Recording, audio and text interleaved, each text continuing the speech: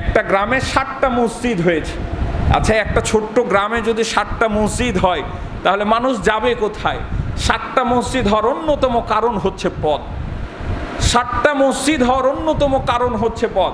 ও সভাপতি হয়েছে, ওকে মানবো না, ও সেক্রেটারি হয়েছে, ওকে মানবো না, নে আর একটা মসজিদ করে দিই। এভাবে পাশাপাশি মসজিদ আছে না? অহরহর আছে। বাঙাবাড়িতে দেখেছি একটা মসজিদ আছে দুইটা, একেবারে এ দেওয়াল আর ওই দেওয়াল, দেওয়াল লাগালাগি, মানে এক মসজিদের পরে আর এক মসজিদ, এক মসজিদের পরে আর এক মসজিদ করে বসে আছে। এই মসজিদগুলোতে কিন্তু নামাজ হবে না, সাবধান।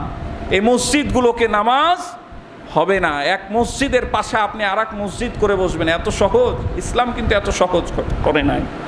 আল্লাহ রাব্বুল আলামিন কোরআনুল কারীমে বললেন, অনেক সময় পদ আমাদেরকে উগ্রতা বানায় দেয়, ক্ষমতা আমাদেরকে উগ্রতা বানায় দেয়। এই জন্য আল্লাহ রাব্বুল আলামিন কিন্তু আমাদেরকে সাবধান করলেন, বললেন, তিলকা দারুল আখিরাতু নাজআলুহা লিল্লাযিনা লা ইউরিদুনা উলুওয়ান ফিল আরদি ওয়ালা ফাসাদা।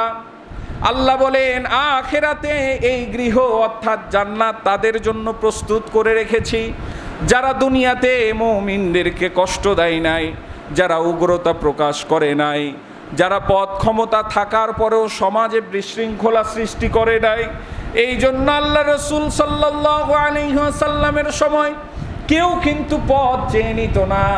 পদ পাওয়াটা বড়ই কঠিন মনে করত। যখন সাহাবাদের কাছে কোনো দায়িত্ব আসতো তারা কাঁদতো কি, আল্লাহ এটা আমি কি পালন করতে পারবো? এই ক্ষমতা কি আমার আছে?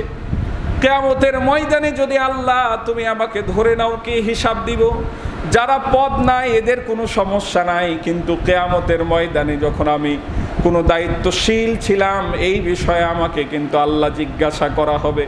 ইমামকে জিজ্ঞাসা করা হবে, তোমার মুসল্লিদের কি খবর? তোমার মুসল্লিদের কি সঠিক দিনের কথাগুলো তোমরা পৌঁছে দিয়েছো? এই বিষয়ে আল্লাহ রাব্বুল আলামিন ইমামদেরকে জিজ্ঞাসা করা হবে, প্রত্যেক নেতাদেরকে জিজ্ঞাসা করা হবে, তুমি যে কাউন্সিলর হয়েছিলে তোমার ওয়ার্ডের সব কিছু ঠিক ছিল কি না? বড়ই কঠিন জিনিস। পদ নাই, বেঁচে গেছে। পদ থাকলেই বিপদ।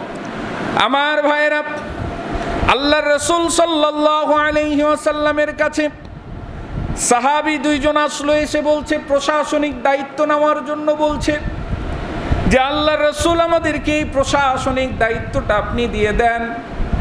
কিন্তু আল্লাহর নবী বলছে, চেয়ে যারা পদ নাই এদেরকে আমরা পদ দেই না। খেয়াল রাখো সাহাবীরা, যদি চেয়ে পদ নাও এটাতে আল্লাহর আযাব গজব নেমে আসবে। আর যদি তোমার আল্লাহর পক্ষ থেকে যেই পদটা তোমার উপরে, যে দায়িত্বটা পড়ে গেছে, এই দায়িত্বটা যখন তোমার কাঁধে চলে আসবে, আল্লাহ রাব্বুল আলামিনের রহমত বরকত তোমার উপরে নাজিল হতে থাকবে। বলেন না সুবহানাল্লাহ। প্রত্যেকেই পদের অধিকারী। আল্লাহ রাব্বুল আলামিন যেমন গত জুমায় বলেছিলাম, আপনি বাবা মানে আপনার পরিবারের পদ নিয়ে আপনি বসে আছেন, আপনার কথা অনুযায়ী আপনার পুরো পরিবারটা চলে। আপনার পরিবার যদি ভুল পথে যায়, এই জন্য কিন্তু বাবাকে আল্লাহ জবাবদিহিতার কাতারে দাঁড় করায়া দিবে। মাও কিন্তু পদের অধিকারী। সংসারে তার গুরুত্বপূর্ণ জায়গা আছে, সে সংসার ঠিক মতো করেছে কিনা এই বিষয়ে আল্লাহ জিজ্ঞাসা করবে। ব্যবসায়ীও কিন্তু তার ব্যবসার বিষয়গুলোতে আল্লাহ জিজ্ঞাসা করবে। কর্মজীবী তার কর্মের বিষয়ে জিজ্ঞাসিত হবে। এইভাবে প্রত্যেকটা ব্যক্তিকে আল্লাহ রাব্বুল আলামিন কিন্তু কিয়ামতের ময়দানে জিজ্ঞাসা করবে। অর্থাৎ আমরা কেউ এই জিজ্ঞাসার বাইরে না, সাবধান। এই জন্য যেই বিষয়টা আমি বুঝাতে চাইছিলাম, যে মানুষের সুনাম নষ্ট করা যাবে না।